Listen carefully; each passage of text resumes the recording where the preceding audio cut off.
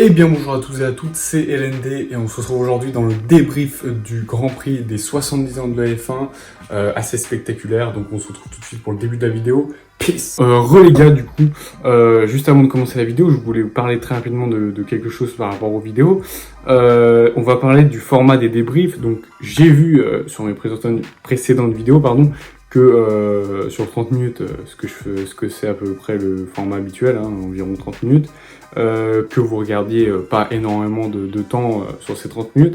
Donc je me suis dit, au lieu de faire un truc très très long, d'environ 30 minutes, faire un truc un peu plus court, un peu plus compact. Et donc ce que j'ai décidé, c'est de mixer tout simplement mon débrief de tous les pilotes et de toutes les écuries assez rapide entre guillemets, parce que bon, c'est le truc qui me dure le plus longtemps, mais de mixer avec les parties que j'aborde plus en détail après, pour en gros faire un débrief de toutes les écuries et tous les pilotes, en fait rien que ça, mais en plus détaillé tout simplement parce que c'est trop long de faire les deux séparément.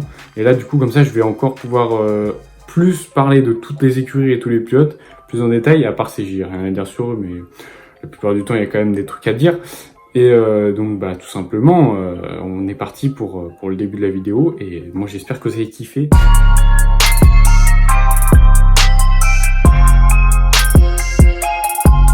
Pour commencer, première écurie sur laquelle je vais parler, je vais tout simplement parler de Williams pour commencer. Alors, les deux pilotes sont clairement derniers des pilotes classés. Il y a eu qu'un seul abandon, mais on va y revenir après vu que c'est une As. Donc les Williams, toujours George Russell qui passe encore en Q2, c'était plutôt pas mal, même si bon, c'était encore un peu en dessous par rapport aux dernières qualifications. Peut-être que la voiture convient un peu moins à circuit, on ne sait pas. Mais en tout cas, la qualif était quand même correcte, il passe en Q2. Latifi, bon malheureusement ne passe pas en Q2 et ne fait pas une très bonne qualif non plus, je crois, 18ème. Donc c'était pas extraordinaire. Mais voilà, Russell était encore passé en Q2, donc c'était plutôt pas mal. Et j'espérais enfin un bon résultat en course, parce que on avait toujours rien vu de bon en course, Il y avait eu des très bonnes qualifs, même pour les deux pilotes, et jamais de bons résultats en course, à part pour le Russell à la première course qui finit 11ème, mais en soi, il était dernier des pilotes classés. Donc ouais, c'était plutôt dommage à voir en course, parce que les voitures ont pas trop de rythme en course, et toujours rien, voilà, on a toujours rien vu en course. C'est pas non plus une catastrophe monumentale, ils sont pas non plus comme l'année dernière à des années-lumière de la personne de devant qui est l'avant-dernier, mais c'est toujours pas bon en course, il n'y a pas de rythme, ils sont derniers quasiment à chaque fois, ils sont derniers en course, même en partant George Russell 15ème, donc c'est un peu décevant, je suis un peu déçu de ça, et en même temps j'espère qu'ils vont s'améliorer, parce que si c'est ça toute la saison, ça va pas être bien mieux que l'année dernière, même s'ils font des bonnes qualifs, c'est pas les qualifs qui rapportent les points, donc il faut se bouger les fesses un peu chez Williams, j'espère, encore une fois, je croise les doigts, je fais ça toutes les semaines de toute façon, pour une bonne course des Williams, mais bon, on peut pas tout avoir non plus.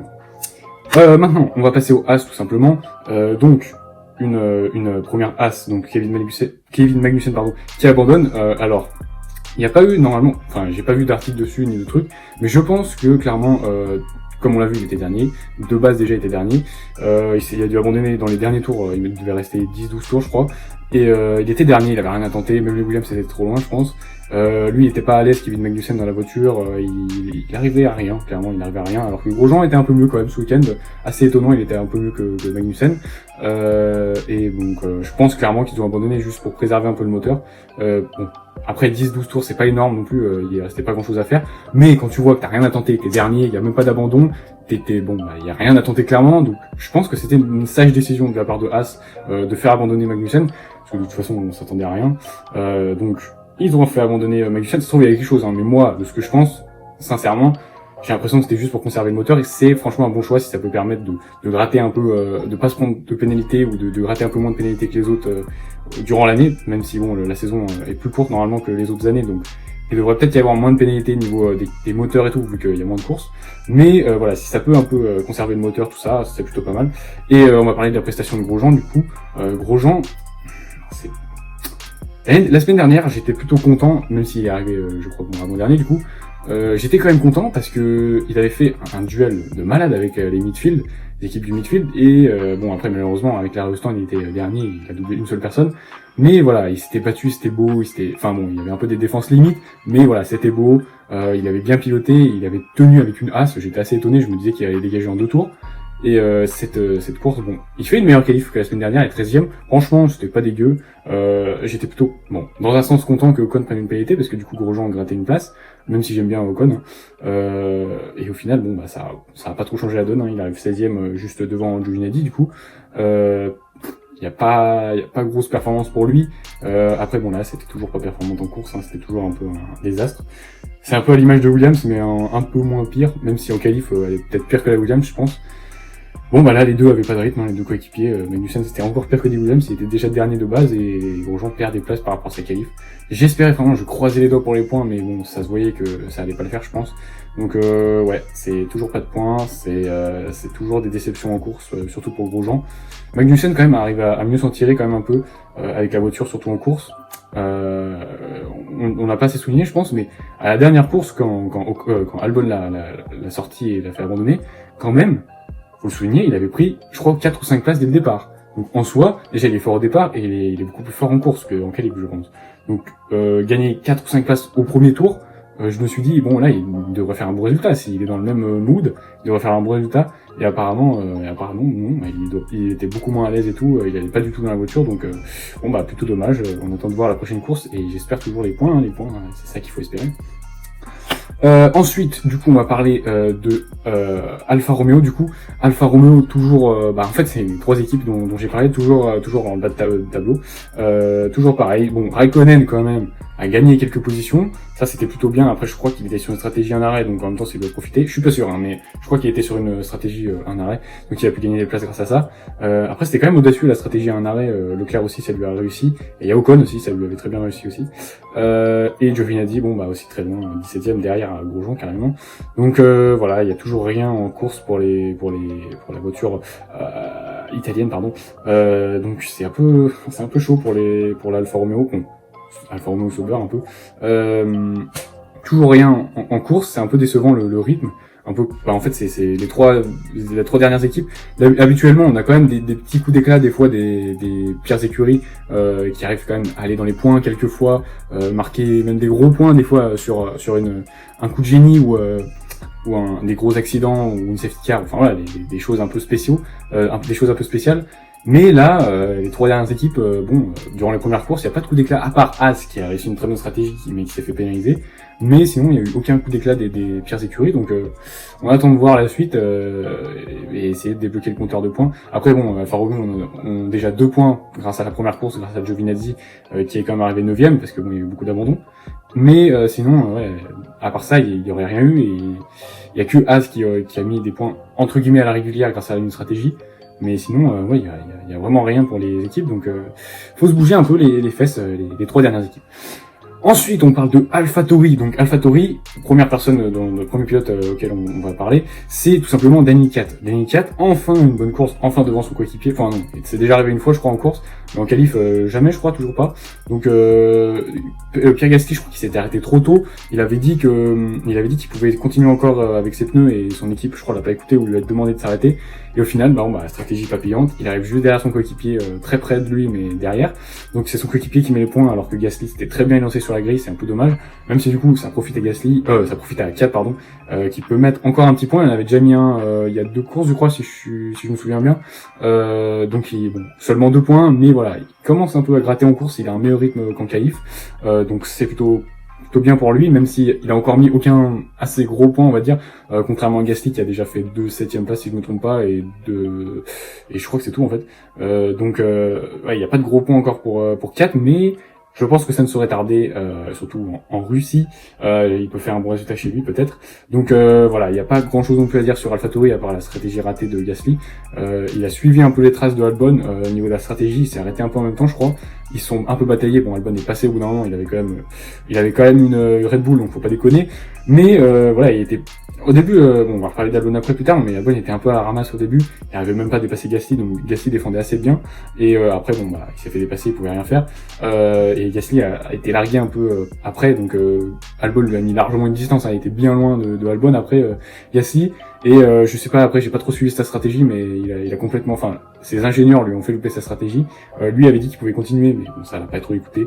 Donc voilà, c'est un peu dommage, ça a un peu ruiné sa course parce qu'il partait très bien sur la grille. Donc voilà, on aurait pu espérer une bonne course. Moi je pensais une bonne course et au final pas trop.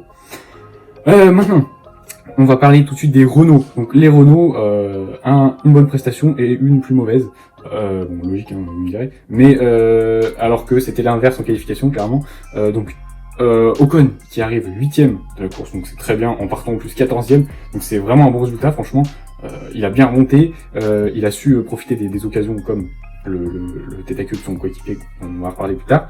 Au final, il arrive 8ème, il arrive dans les points. Je pensais vraiment pas une arrivée dans les points pour Ocon, je pensais vraiment une très bonne prestation de Ricciardo. Et au final, c'est l'inverse complètement. Ricciardo, bon, il était pas non plus très bien positionné, je crois qu'il était 8ème ou 7ème, un truc comme ça à peu près. Non, je pense plus 8ème ou 9ème parce qu'il y avait deux Racing Points devant. Donc ouais, il était déjà dans les petits points, on va dire, et je sais pas comment il a fait un spin, mais il a fait un spin et du coup beaucoup de gens sont passés devant lui et au final il arrive 14ème. Alors bon, ça arrive un spin, hein, il fait pas souvent des erreurs, donc on va pas non plus le blâmer, le démonter. Après bon, c'est un peu dommage quoi, ça part en fumée. Il aurait pu avoir peut-être du coup si on prend en compte que Ocon était peut-être juste derrière, je sais plus si en fait il était juste derrière ou devant lui déjà, mais s'il était peut-être juste derrière, il aurait pu avoir deux Renault dans les points, donc ça aurait pu être un peu mieux. Et au final, il y a que Ocon à la 8ème place, donc c'est déjà pas mal pour lui. Franchement, c'est une deuxième 8ème place, donc ça marque des points encore pour Ocon.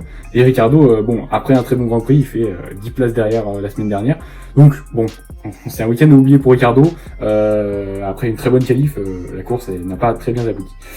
On va parler tout de suite des McLaren maintenant. Carlos Sainz, 13ème, arrive juste devant Ricciardo. Bon, de base, il était loin derrière Ricciardo, je crois. Il a juste profité de son spin pour le doubler. Apparemment, de ce que j'ai entendu, on s'attendait à une saison incroyable de McLaren. On se disait c'est la troisième force du plateau, ils sont devant Racing Point et tout. Et au final non. Apparemment, d'après une déclaration de quelqu'un dans l'équipe, je crois, ils ont juste profité des faiblesses des autres. Et en fait, la voiture est pas si bonne que ça. Les pilotes sont vraiment bons aussi, hein, mais la voiture est peut-être même, l'écurie a peut-être même plus de difficultés que l'année dernière.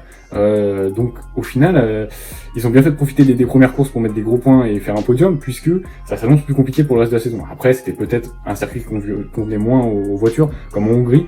Mais là, ça fait quelques courses que les McLaren, on les voit un peu moins, un peu comme 2018 ou plus 2019, parce que 2018 était encore vraiment loin quand même. Mais un peu plus comme 2019, là où ils faisaient pas encore. Ils ont fait un podium quand même à la fin de la saison, mais pendant la saison, ils étaient assez bien placés, mais tu vois, ils étaient pas encore dans le podium, ils étaient pas non plus trop aux avant-postes. Alors que bon, vu le début de saison et vu le développement de la voiture, tout le monde pensait que ça allait être ça, qu'ils allaient faire des podiums, pas régulièrement, mais un peu plus quand même que les dernières, pas un seul. Et au final, non, apparemment, ils ont juste profité des faiblesses des autres pendant la première course. Et du coup, ça va être un peu plus compliqué s'ils développent pas, surtout. Et là, ça va être un peu plus compliqué pour les pilotes. Norris qui tire toujours le maximum de la voiture, j'ai l'impression, puisque Carlos Sainz est bizarrement toujours derrière, la plupart du temps. Moi, j'avais relevé que Carlos Sainz l'année dernière a été beaucoup plus, à part en début de saison, mais après a été quand même plus régulier. Je trouve que Carlos Sainz c'est vraiment un peu une valeur sûre. Il est un peu toujours régulier. Il fait jamais trop de haut et de bas. Et là, l'année dernière, à part les premières courses, du coup, encore une fois, où il a eu pas mal d'abandons, mais bon, c'était pas vraiment de sa faute. Après, il a été vraiment assez régulier. Il mettait souvent des points. Lui, il est souvent dans les points, mais pas trop dans les gros points. Mais quand il y a un coup à faire, il est souvent là. Et au final, cette année, c'est vraiment Norris qui est toujours dans les assez gros points, qui profite de toutes les opportunités et qui a même réussi à faire un podium en début d'année, en début de saison, pardon. Et au final, là, bon, il est toujours mieux placé que son coéquipier, il est dans les points, mais c'est pas non plus extraordinaire, quoi. C'est un peu comme en Hongrie, où c'était un peu moins bien. Il se battait pour des places bien plus supérieures qu'aux autres Grands Prix. Et là, on commence à voir les McLaren qui descendent de petit à petit. Et peut-être que même les Renault peuvent peut-être venir être supérieurs aux McLaren dans l'année, peut-être, s'ils accélèrent au développement. Donc voilà, ça pourrait être intéressant. Maintenant, on parle tout de suite de Ferrari. Encore une fois, une sauce et une place incroyable. Donc Charles Leclerc 4ème. C'est un peu le même scénario que la semaine dernière, toujours au niveau de la stratégie, je crois que c'était la même chose, hein, un stop aux deux courses, je crois, mais c'était un peu plus osé à cette course puisque Pirelli avait conseillé vraiment beaucoup de pas faire un stop et au final c'est Charles Leclerc qui a insisté pour pas s'arrêter et bon son écurie a écouté. Pas comme Vettel, on en reparlera après. Mais du coup, il s'est pas arrêté la deuxième fois, il a continué en hard et c'était vraiment la bonne stratégie. Il a pas crevé du coup et il a fait une bonne course de bout en bout, toujours avec peu d'appui, je crois, comme la semaine dernière, enfin la semaine d'avant. Et donc ça lui a réussi, encore une 4e position, sauf que bon là il n'y a pas eu d'abandon devant lui, donc c'est une 4e position au lieu d'un podium à la dernière course. Mais voilà, il était encore très content et il a de quoi, parce que 4e, c'est comme si tu voyais une AlphaTauri ou une Renault dans le podium, quoi. C'est une Renault sur le podium, ça ferait vraiment bizarre. Clairement, bon, Ricciardo était pas loin du podium à la dernière course, il était 4e, mais ça ferait bizarre, franchement. Je vois une Renault actuellement dans le podium, je bégayais. Clairement, je comprends pas. Même une Racing Point, ça serait un peu moins bizarre parce qu'ils ont les performances, mais tu vois, ils arrivent pas à le décrocher, ce podium. Mais tu vois, ça serait pareil, ça serait un peu bizarre, tu verrais Stroll sur un podium, même si on l'a déjà vu, mais en combinaison en rose, tu vois, ça fait un peu bizarre. McLaren, ça a fait ça quand ils ont été sur le podium, et au final, bon, ça fait un peu moins bizarre maintenant, parce que du coup, ils en ont déjà eu maintenant, mais voilà, c'est des écuries, tu vois, ils ont pas l'habitude de faire des podiums et tout, et tu vois, ça te ferait un peu bizarre de les voir sur le podium. Pourtant, Ferrari, bon, de base, c'est une équipe habituée à la victoire et au podium, et de les voir si bas, même sur le podium, même de les voir sur le podium, ça fait pas bizarre. Alors que normalement, c'est comme si tu mettais vraiment une AlphaTauri ou une Renault sur le podium, c'est incompréhensible. Tu te dis, le mec est vraiment fort parce que 4e et 3e avec une Ferrari actuelle, c'est exceptionnel. Et à contrario, bon, pas non plus, enfin si, c'est quand même une contre-performance de Vettel, mais bon, tout le monde lui crache dessus à cause de son spin. Bon, d'accord, il a spin, il a pris un peu trop le vibreur, il a accéléré sur le vibreur. Après, il a quand même voulu éviter Sainz, donc bon, c'était quand même un geste de sécurité entre guillemets pour pas provoquer de collision. Après, faut arrêter de lui cracher dessus quand même. Sa voiture, elle est nulle. Je rappelle que quand même, il a manqué. Bon, c'était la semaine dernière, mais il a quand même manqué 2 séances d'essai si je me trompe pas. Cette semaine, il a encore eu un problème de moteur. Et en même temps, faut pas trop l'accabler. Déjà, il a une voiture qui lui convient pas. Il a des problèmes avec de fiabilité. Et voilà, il n'arrive pas à trouver ses réglages. C'est la sauce, quoi. C'est la sauce. Et après, on dit, ouais, il est 12e. Il arrive 12e. Le mec, déjà, qui partait loin en qualif. Il arrive seulement 12e. Il a même pas remonté. Mais c'est parce qu'il a fait un spin. Vous êtes débile ou quoi? C'est normal qu'il arrive 12e. Déjà, regardez. Avec la voiture qu'il a, bon, il avait fait une remontada last to 2e chez lui en Allemagne l'année dernière. Bon, les gars, il peut pas faire la même chose avec la voiture de cette année. Faut pas non plus lui demander trop. Déjà, de dernier à 12e, franchement, j'ai trouvé que c'était plutôt pas mal. En plus de ça, l'écurie n'aide pas. L'écurie l'enfonce sous terre, l'écurie. Ferrari vraiment lui tire une balle dans le pied comme ça, il lui tire dedans. Parce que en plus de ça, déjà qu'il est pas bien, il était en train de remonter et tout. On lui dit quoi? Vu qu'il y a Leclerc derrière qui arrive à le rattraper et tout. Et on lui dit quoi? Bah vas-y, arrête-toi parce que sinon tu vas le gêner. Alors qu'il était sur lui une stratégie différente. Ses pneus tenaient très bien et Ferrari voulait juste pas un duel entre les deux. Donc ils lui ont dit d'arrêter et ça a foiré sa course encore une fois. Ils ont foiré sa course une fois de plus. Déjà qu'en Hongrie, ils lui avaient mis... Ah non, ça c'était... Bon, je crois en fait c'est Leclerc. Ah non. Bon bref, ils lui ont foiré sa course. La stratégie était vraiment mauvaise. À cause de ça, je pense qu'il aurait pu peut-être être dans les points, il aurait peut-être pu espérer les points. Et là, finalement, bah non, il y a rien pour lui. 12e position, les gens le critiquent encore. S'il était remonté dans les points, peut-être qu'on l'aurait moins critiqué. Après, voilà, ça rigole, mais bon, beaucoup de gens disent ça aussi, je sais, mais bon, il y a deux côtés. Hein. Il y a les gens qui disent, oubliez pas qu'il est 4 fois champion du monde, et il y a les gens qui disent, ouais, mais regarde tes masses et spin. Bon, je suis un peu entre les deux. On va dire que bon, ça fait pas tout d'être 4 fois champion du monde, mais en même temps, voilà, abusez pas. Les spins, bon. Il y a une voiture de merde en même temps et il y a une voiture qui lui convient pas. Selon moi, il a bien fait, entre guillemets, d'être viré parce que, voilà, là, ça va vraiment plus avec Ferrari. Et il faut vraiment une voiture qui lui convient mieux et une autre voiture, clairement. J'espère que s'il signe chez Aston Martin l'année prochaine, la voiture sera plus convenable à ses yeux, enfin, surtout à ses mains, à son pilotage. Mais, voilà, parce que là, la Ferrari, à partir de, on va dire, 2019, je pense, ou 2018, elle lui convenait beaucoup moins. Et on voyait, enfin, les résultats étaient moins présents. En plus de ça, Leclerc est arrivé après, donc bon, ça a complètement chamboulé sa carrière. Ensuite, on parle de Racing Point. Du coup, Racing Point 6 et 7, encore décevant. C'est chiant. Racing Point, ça pourrait clairement être les remplaçants de Ferrari. Clairement, ils pourraient être à la place de Ferrari l'année dernière. Et non, toujours des 6, 7, 8, 4, 5. Il y a jamais de podium, quoi. Toujours pas de podium. Hülkenberg, je veux bien qu'il soit plus habitué trop à la F1. Bon, il arrive quand même à prendre une 3e place en qualif. Le mec se fait fumer alors qu'il a des médiums par Verstappen qui est censé peut-être avoir une moins bonne voiture, qui est en hard. Verstappen était en hard. Bon, apparemment, à ce que les gens disent, les hard étaient peut-être plus performants que les médiums sur cette course. Bon, à voir, c'est peut-être pas sûr, c'est peut-être juste les Mercedes qui étaient moins performantes ce week-end, mais bon, Faut pas abuser quand même. Il s'est pris une pilule, hein. Il s'est pas pris 2-3 secondes, il s'est pris une pilule par Verstappen qui était en hard alors qu'il était en médium. Bon après oui c'est vrai, il a pas piloté depuis longtemps, mais comment vous expliquer qu'il est 3e au qualif alors il partait quand même très bien. Et d'ailleurs je te laisse vraiment souligner sa qualif. C'est ça qu'il fallait dire quand même. Il fallait souligner que le mec, voilà, effectivement, ça faisait quand même un an et demi qu'il avait pas piloté. Il arrive en urgence. Il a même pas pu faire la course la semaine dernière. Il arrive en urgence la semaine dernière parce qu'il y a pas Pérez. Et il fait 3e au qualif sur le même Grand Prix que la semaine dernière, où il était 13e quand même. Donc en une semaine, il a pris, il fait une qualification de 10 places de mieux. Donc on peut dire qu'il s'adapte très vite. En même temps, c'est un pilote de F1, il reprend les sensations très vite. Hein. C'est pas comme si c'était un mec qui venait de la F2 et qui faisait un remplacement de pilote de F1. Là, il connaît les sensations. En plus, il est dans une meilleure équipe encore que là où il était de base l'année dernière. Enfin, en 2019. Et donc voilà, c'est un peu dommage qu'en course, voilà, il arrive 7e. Bon, il était 6e clairement avant.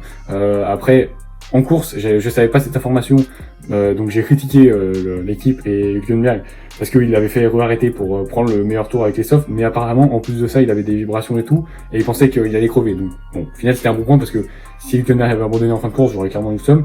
Mais du coup toujours pas de podium pour Hülkenberg, hein, le podium toujours pas en vue. Et Stroll non plus, Stroll 6e. Bon, il remonte un peu quand même, il avait fait une mauvaise qualif, donc 6e c'est un peu mieux que la qualif, mais bon, il y a toujours rien quoi. Stroll je veux bien. Je sais pas, Stroll. Même Pérez, hein, en soi, Pérez, il fait pas non plus des extrêmement, il fait pas des prestations vraiment mieux que que Stroll. Et voilà, l'équipe elle rame alors qu'elle devrait faire des podiums. Clairement, la hiérarchie par rapport à l'année dernière c'était Mercedes, Ferrari et Red Bull. Et là, ça devrait clairement être Mercedes, Red Bull et Racing Point, parce que vu la voiture qu'ils ont, ils devraient être sur le podium, clairement. Il y a des jours où ils devraient être sur le podium, mais là toujours pas. Au bout de plusieurs courses, et au bout d'un moment, il y a plus trop d'excuses là. Après, en plus de ça, ils ont pris des points de pénalité, ils ont perdu 15 points au championnat.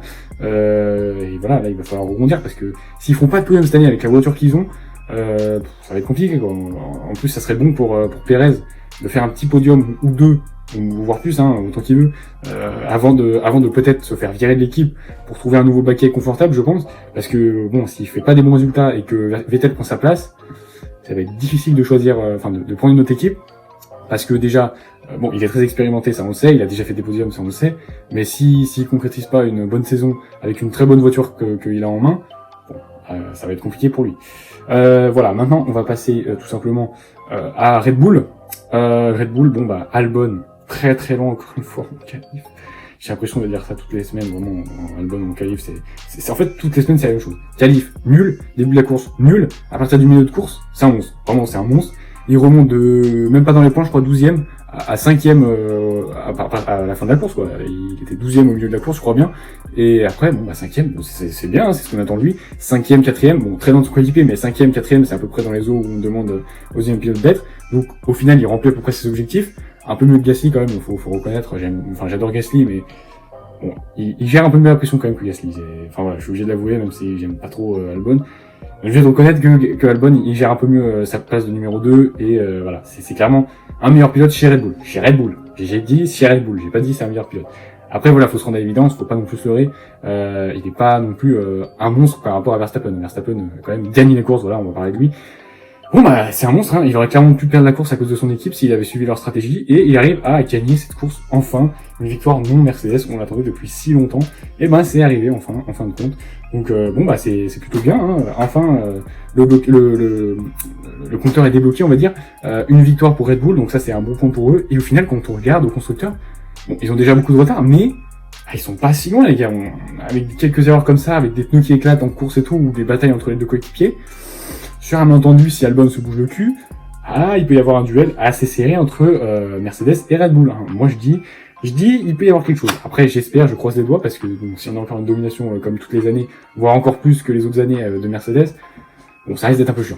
Après, bon voilà, on va parler de Mercedes très clairement. Bottas m'a encore, bon, entre guillemets déçu. J'y croyais vraiment à sa victoire, surtout en voyant le début de la course. Et après, quand je vois que Verstappen gratte du temps sur les Mercedes, je me dis attends quoi?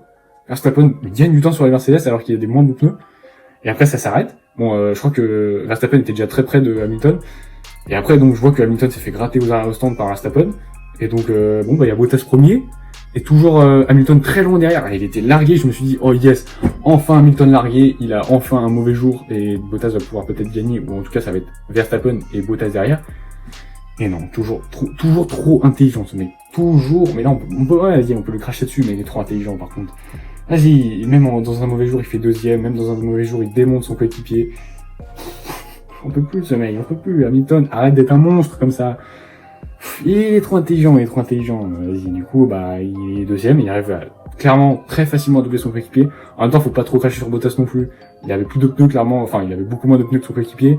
Son coéquipier ressort en pneu 9, lui, il a déjà au moins presque 10 tours, je crois. Et au final, voilà, il a gagné au change. Bon, j'y croyais clairement pas qu'il allait gagner Hamilton, il était clairement beaucoup trop loin de Verstappen. Même s'il revenait de plus d'une seconde au tour, il aurait pas pu revenir, donc bon, c'était clairement infaisable pour lui. Mais voilà, il arrive quand même à gratter la deuxième place sur un mauvais jour, donc Bottas perd encore des points. Ah, ça s'annonce, bon bah déjà que la semaine dernière j'ai dit le championnat est plié. Bon bah là, je pouvais espérer une petite remontada de Bottas, peut-être à cette course, et là au final non, clairement pas. Toujours en dessous, bon c'était pas de mauvais non plus, hein, mais voilà. Il pouvait rien tenter, et voilà, c'était un peu dommage.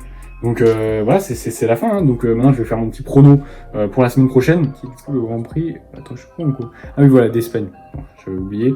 D'ailleurs on a si, on a la Belgique après, je crois. Mais donc, sur le site là, il y a même pas, genre, il y a Espagne, et après, genre, il y a le calendrier normal. Au calme, ils ont pas changé les trucs. Donc, bon, prochain Grand Prix Espagne. Moi, clairement, je dis, Espagne, je crois que Verstappen a gagné sa première victoire là-bas, mais bon, c'était par chance, entre guillemets, parce que les Mercedes s'étaient accrochés. Donc, je pense clairement que ça va faire. Cette fois-ci, je remise gros. Je mets Bottas, premier. Deuxième Hamilton, pas très loin, mais deuxième.